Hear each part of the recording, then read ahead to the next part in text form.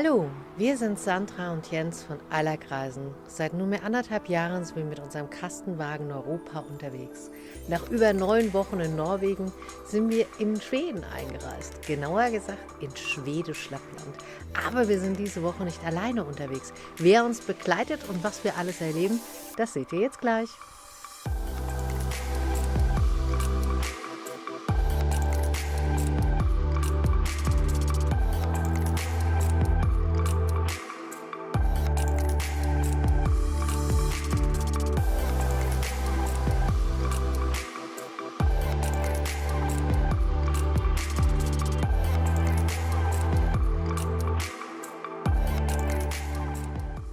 Hallo und herzlich willkommen zu einer neuen Woche mit uns. Wir sind in Schweden angekommen. Damit herzlich willkommen in Schweden. Wir sind quasi 700 Kilometer weiter südlich gefahren, denn nördlich ging es ja nun nicht mehr. Wir hatten in der Zwischenzeit ein paar richtig schöne Plätzchen hier schon gehabt. Aktuell befinden wir uns genau in Schwedisch Lappland. Ja, und hier vor Modos Nationalpark und auch andere Sachen möchten wir hier in Lappland natürlich gerne mit euch noch entdecken. Und dann würde ich sagen, starten wir jetzt mal.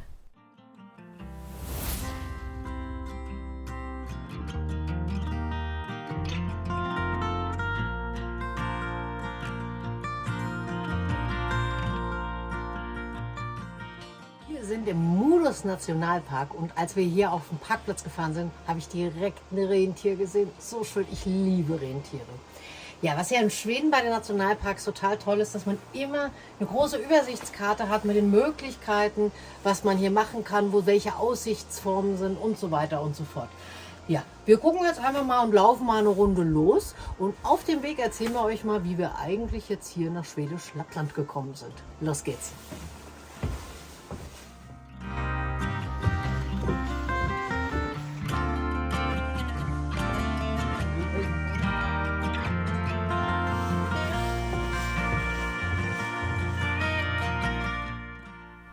Ja, die Wegzehrung ist überall gesichert, denn die Blaubeeren sind reif. Vielleicht habe ich auch schon die ein oder andere gegessen. Sieht man nämlich an meiner Zunge.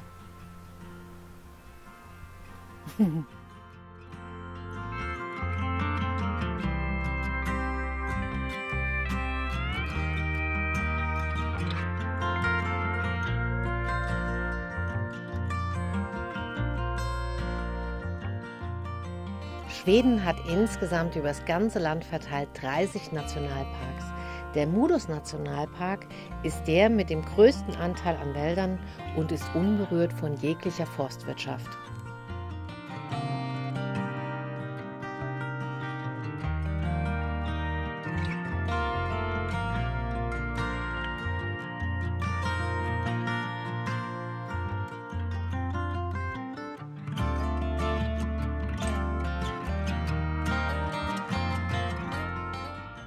Ja, und warum sind wir eigentlich jetzt hier in Schweden, in Schwedisch Lappland?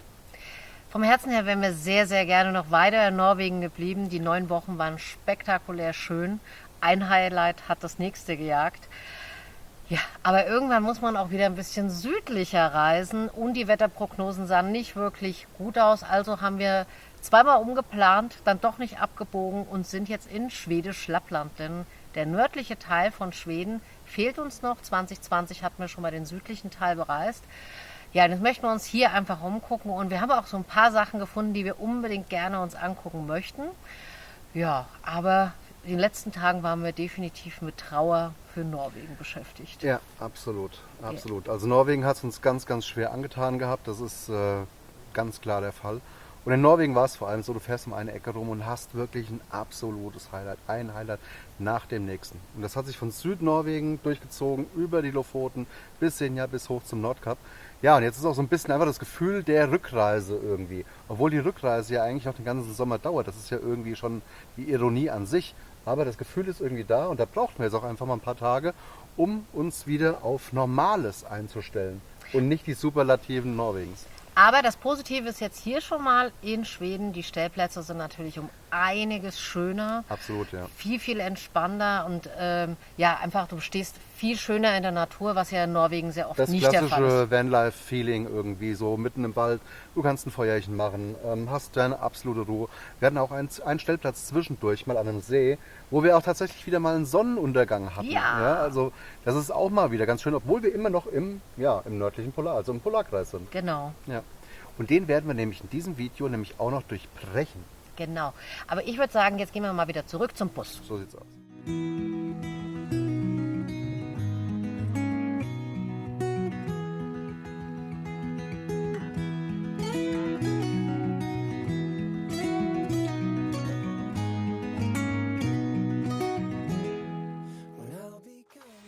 Wir sind zurück beim Bus. Übrigens, es hat auch noch einen Wasserfall hier im Nationalpark.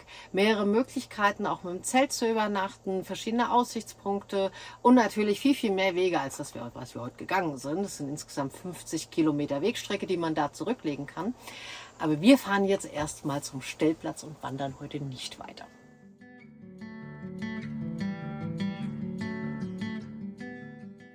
Wir sind am Stellplatz angekommen und zwar keine 5 Kilometer vom Nationalpark weg. Das ist natürlich das Schöne an Schweden. Es gibt wirklich wunderschöne, total ruhige Stellplätze. Aber wir sind nicht alleine und jetzt gucken wir mal, wen wir bei uns haben.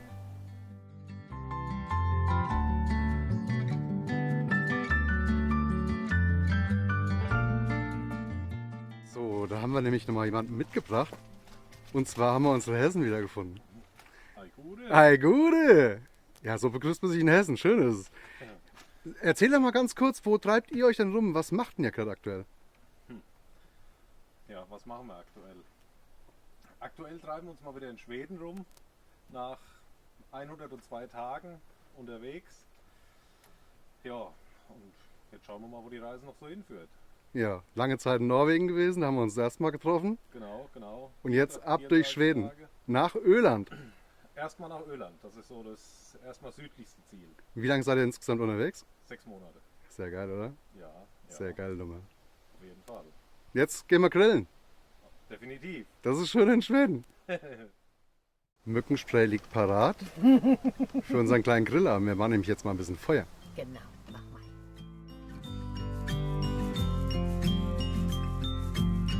I get a little bit breathless.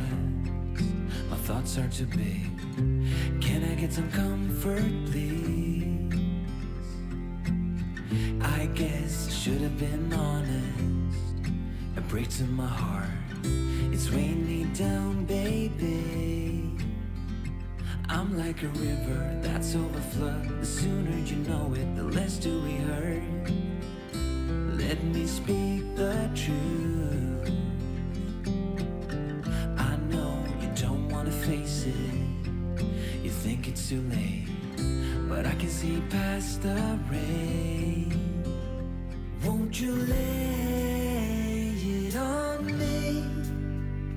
Turn the page and burn it. Let's make up a big bonfire on the beach with the stars as our lighter. Einen wunderschönen guten Morgen. Wir hatten gestern einen richtig schönen Abend, lecker gegessen, direkt am Lagerfeuer gegrillt. Ja, das haben wir aber dann irgendwie auch vergessen zu filmen. Wir bleiben noch mit der Feuerwehr ein bisschen zusammen, deswegen starten wir jetzt gleich. Und zwar geht's auf nach Jokkmokk. Dort kann man sich ein bisschen schlau machen über die Samis, das wollen wir uns anschauen. Und dann werden wir natürlich heute leider auch noch den Polarkreis verlassen. Ja, und dann nehmen wir euch jetzt mit und jetzt fahren wir erstmal los.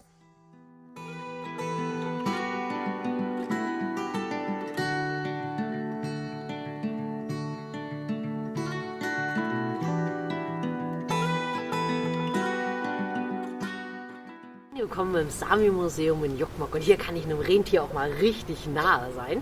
Es hat einen Innen- und einen Außenbereich und wir gucken uns das Ganze jetzt mal an und nehmen euch natürlich wieder mit.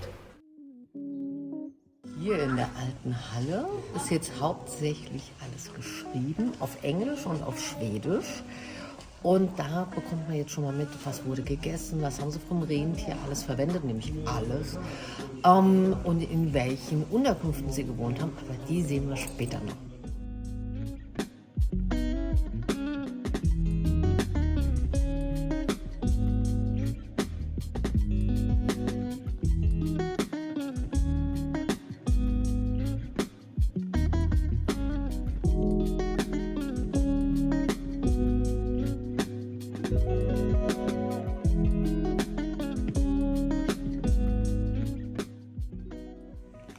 Die Hälfte haben wir jetzt von innen geschafft und es ist wirklich richtig interessant, auch für Kinder. Übrigens, der Eintritt ist 100 schwedische Kronen, was ungefähr 8 Euro derzeit sind. Der Audioguide ist kostenlos mit dabei, ist allerdings nur auf Schwedisch und Englisch verfügbar. Kinder bezahlen, glaube ich, erst ab 17 Jahren, das ist auch mal relativ spät. Und bisher ist es richtig, richtig interessant. Es wird richtig gut erklärt, es sind viele Ausstellungsgegenstände und Mitmachsachen da. Also, wenn schlechtes Wetter ist, top.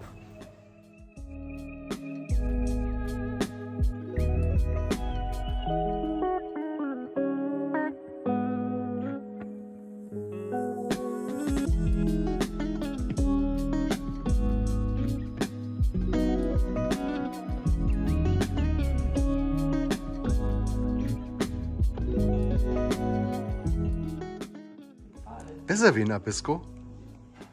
Bei Kirken, nee, nicht aus Kiruna hier. Also das ist richtig gut gemacht. Häufchen. Ah ja, mit dem Stein und Klopapier ist der Mensch. Wir sind endlich im Außenbereich angekommen. Wir haben jetzt rund 3 Stunden da drin verbracht. Wenn ihr reingeht, habt ihr ja einmal so ein, wie heißt das denn, Oktagon oder wie auch immer, wo dann die einzelnen Räume von abgehen. Und bevor das startet, ist links nochmal ein Raum. Genial. Wir blenden euch mal eben ein, was wir da gesehen haben.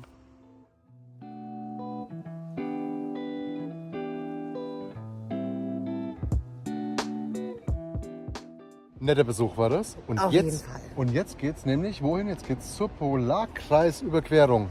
Wir verlassen den Polarkreis. Traurig. Traurig.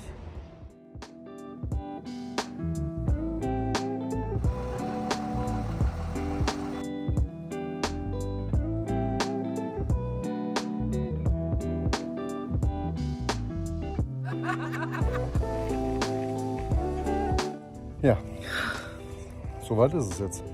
Nach 6 Wochen. Genau. Nach 6 Wochen im Polarkreis und wir haben uns vollends verknallt. Ja. Es geht weiter südlich und damit auch raus aus dem Polarkreis. Aber vielleicht auch wieder ein bisschen näher in Richtung Sommer. Vielleicht. Aber es ist schon echt schade, weil das hätten wir uns so wirklich nicht erträumen lassen. Das ist wirklich so schön mit hier oben. Ja. Definitiv. Ja, absolut geil. Mega. Absolut geil. Wo geht's hin? Nur noch südlich. Auf zum Stellplatz.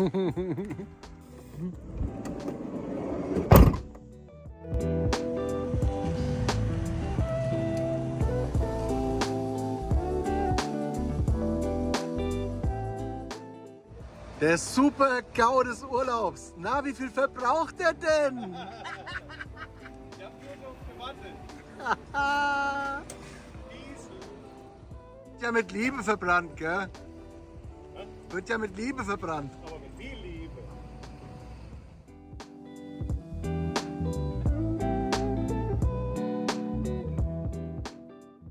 Wir sind angekommen an unserem heutigen Stellplatz und da sind wir ungefähr noch eine Stunde in Richtung Süden gefahren und sind jetzt ca. 20 Kilometer entfernt vom Storfossen Nationalpark. Das muss man sagen, ist ein ganz klares Plus für Schweden. So eine Plätzchen, ja, einsame Plätzchen, hier ist weit und breit kein Mensch, doch ein Angler haben wir eben gesehen. Und dann natürlich mit so einem schönen Wetter, das ist natürlich sensationell. Wir machen jetzt noch was Schönes mit einem Dutch Oven und zwar ein Lauchsüppchen mit Hackfleisch und das lassen wir uns richtig schmecken. Wir sehen zu, ob wir morgen oder übermorgen losfahren, weil morgen soll das Wetter nicht ganz so toll werden. Wir sehen uns morgen. Macht's gut. Ciao.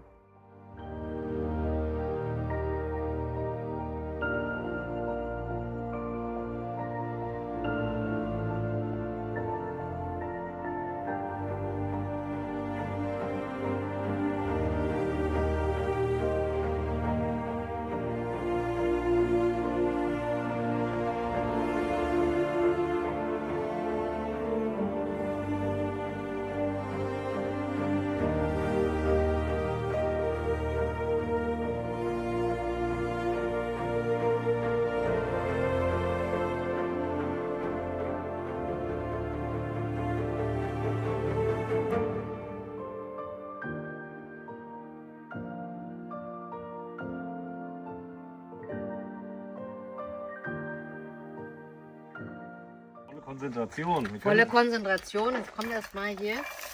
Das kritzelt schon schön. Erstmal schön alles ankritzeln. Vorne. Vorne im Fußlauf mit der Dutch. Ja, das lassen wir jetzt kurz anbrutzeln. Dann kommt gleich das Hackfleisch da noch rein und alles andere, was wir noch so gefunden haben. Ja, das gibt es All You Can Mix. Kimber allerlei gibt's heute, genau. Köhlersch, I like rice and mix. Genau. Moment. Geil, Hackfleisch.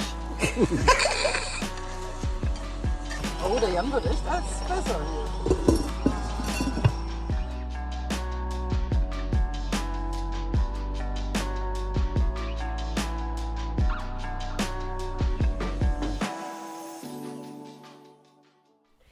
Guten Morgen nach 2 richtig tollen Nächten hier direkt am See.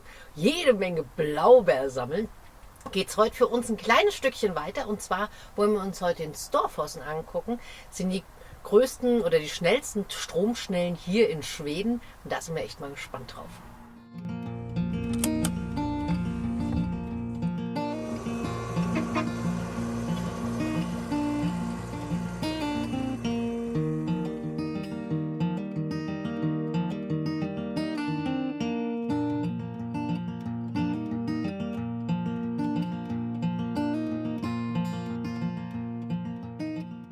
Rentiere sind hier nämlich überall. Richtig geil.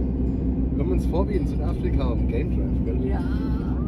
Die sind schon putzig, vor allem die Weißen sind natürlich super süß. Oh ja. Schön.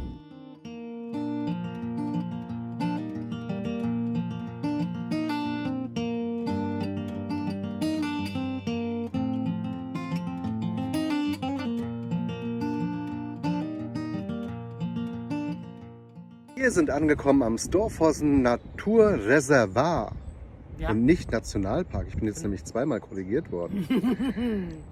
Das Wetter passt. Das Wetter ist endlich mal wieder richtig schön. Wir haben relativ blauen Himmel und die Sonne, die wärmt so richtig schön. So, wir gehen jetzt mal da runter und schauen uns mal um. Wir sind am Storfossen Naturreservat. Ich will ja hier nichts mehr falsch machen. Ja? Genau. Das sind die stärksten Stromschnellen von Nordeuropa. Gottes Willen, was Wörter. Ja. Und die schauen wir uns jetzt mal an. Und hier sind überall Infotafels beim Parkplatz. Ja. Das ist in Schweden wirklich grundsätzlich immer sehr, sehr geil gemacht. Ja. Ja? Du hast überall Informationen, Ja. wo du bist. Das ist super gut Sehr schön. ausgeschildert. Toll. Finde ich mega. Ja.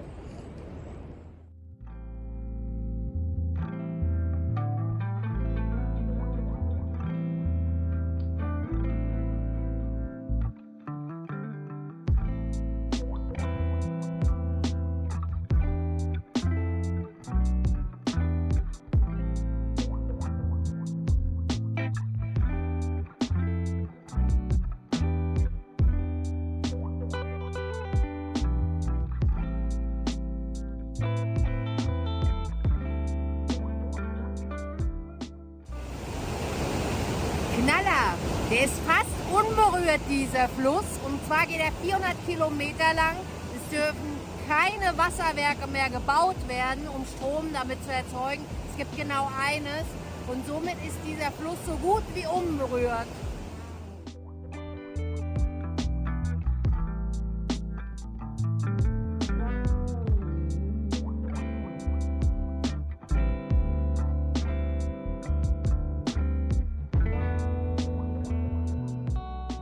Die Stromschnellen haben eine Gesamtlänge von 5 Kilometern und eine Fallhöhe von 80 Metern. Der Fluss fließt in den Botnischen Meerbusen, welches die nördlichsten Ausläufer der Ostsee sind. Als kleiner Tipp, nehmt euch auf jeden Fall was für ein Picknick oder zum Grillen mit, denn es gibt jede Menge Feuerstellen, wo es erlaubt ist, ein Picknick zu machen und dort auch zu grillen. Trockenes Holz gibt es direkt unterhalb des Cafés, also dies einfach auf dem Weg mitnehmen und es sich schmecken lassen.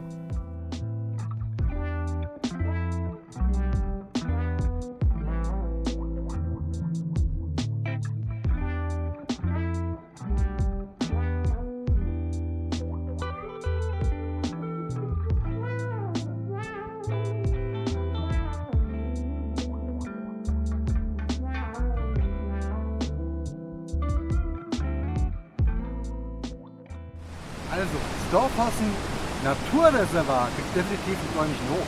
Richtig, richtig schön, vor allem auch bei Sonnenschein richtig schön. Und was ich auch richtig klasse finde, es gibt überall Picknickplätzchen und überall so Barbecue-Stellen, wo man halt einfach grillen kann. Also, so sonntags nachmittags hierher, ein bisschen was grillen, hört sich verdammt gut an. Definitiv. Wasser besorgen, Stellplatzsuche. Let's go.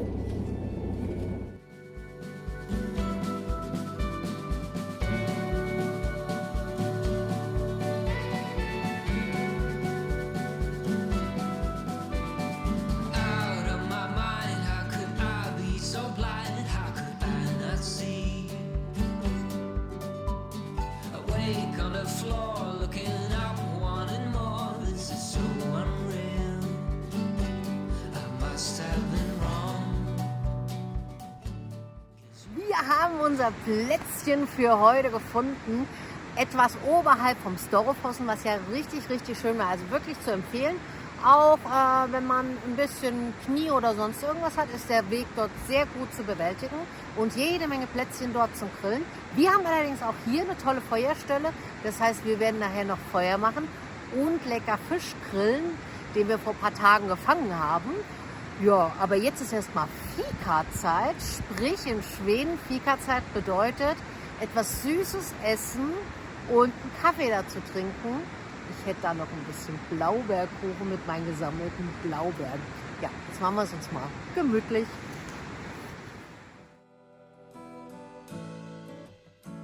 Bei uns ist es leider Gottes nur am Regnen. Der Wettergott meint es aktuell nicht wirklich gut mit uns. Gott sei Dank ist wenigstens hier vorne das Hütchen direkt beim Feuer und da werfen wir jetzt mal den Fisch drauf.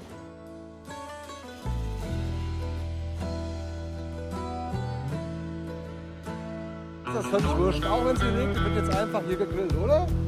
Richtig. Richtig.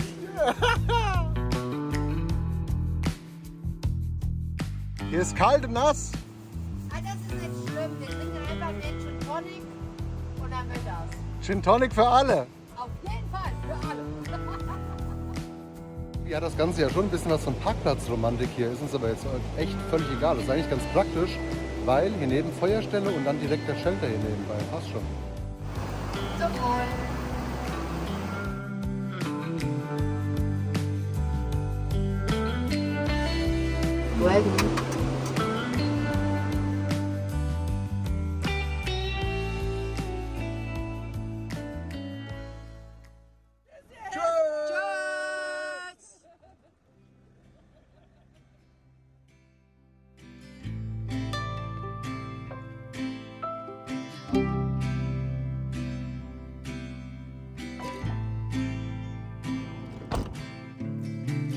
The fall is coming, I can feel it. The breeze brings goosebumps to my skin. Wir sind in Gammelstadt angekommen. Das ist in der Nähe von Luleå. Ich hoffe, das wird so ausgesprochen. Ansonsten verzeiht's mir. Ja, nach ein paar richtig schönen Tagen mit Tanja und Jan haben wir uns jetzt von den beiden verabschiedet und schauen uns jetzt hier das UNESCO-Weltkulturerbe an. Und was das genau ist, das erkläre ich euch jetzt gleich mal.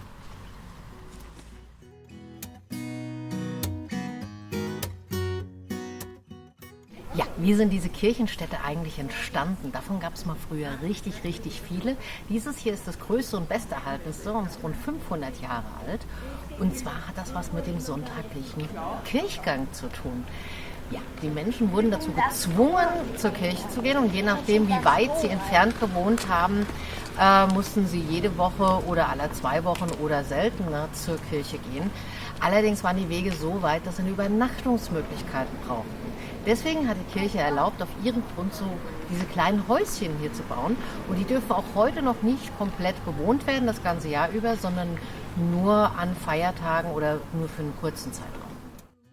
Our situation still undecided. None of us knows what we wanna do. Ja, Und wie hat dann das Leben hier stattgefunden? Das heißt, an Feiertagen und auch an Sonntagen hat hier auch eine Trennung stattgefunden. Das heißt, einmal die alten und verheirateten Menschen in einem Teil und die jungen Leute und unter 30-Jährigen in dem anderen Teil. Da könnt ihr euch bestimmt vorstellen, dass das auch ein ganz guter Heiratsmarkt war, denn da konnte man sich auch sehr, sehr gut kennenlernen. And out of all the things we thought could happen, we ended up naked in your bed. If you show me this, I'll give you that. Everything we ever wanted. Ja, und vom Parkplatz aus kommt man auch noch direkt ins Freilichtmuseum, was auch noch mit dazu gehört. Like this, do you know what? Then I don't wanna seize the moment. So let's, for what it's worth, give it a try.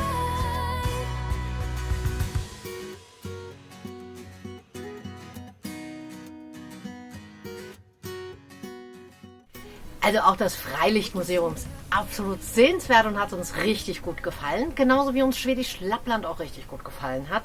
Das Wetter, ja gut, das war nicht Eilergreisen typisch, aber das ist halt einfach manchmal so. Ja, aber dafür hat es jetzt richtig, richtig schöne Stellplätze gehabt. Die Einsamkeit, das war jetzt echt toll. Ja, und für uns geht es jetzt ein Stück weiter und zwar südlicher. Wir versuchen, das gute Wetter wieder einzufangen und zwar in Finnland. Und wenn ihr gerne mehr über Norwegen wissen möchtet, dann schaut einfach mal in die Videobeschreibung. Wir haben eine Google Maps Liste zusammengestellt, wie ihr die bekommt und alle Infos dazu. Das findet ihr unten in der Videobeschreibung. Ja, und ich würde sagen, vielen lieben Dank fürs Zuschauen und wenn ihr mögt, sehen wir uns gerne das nächste Mal wieder. Ihr wisst ja, was zu tun ist und bis dahin eine schöne Zeit.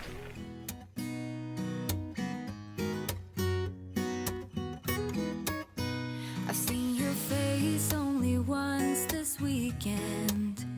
You keeping busy, always things to do. Our situation still undecided.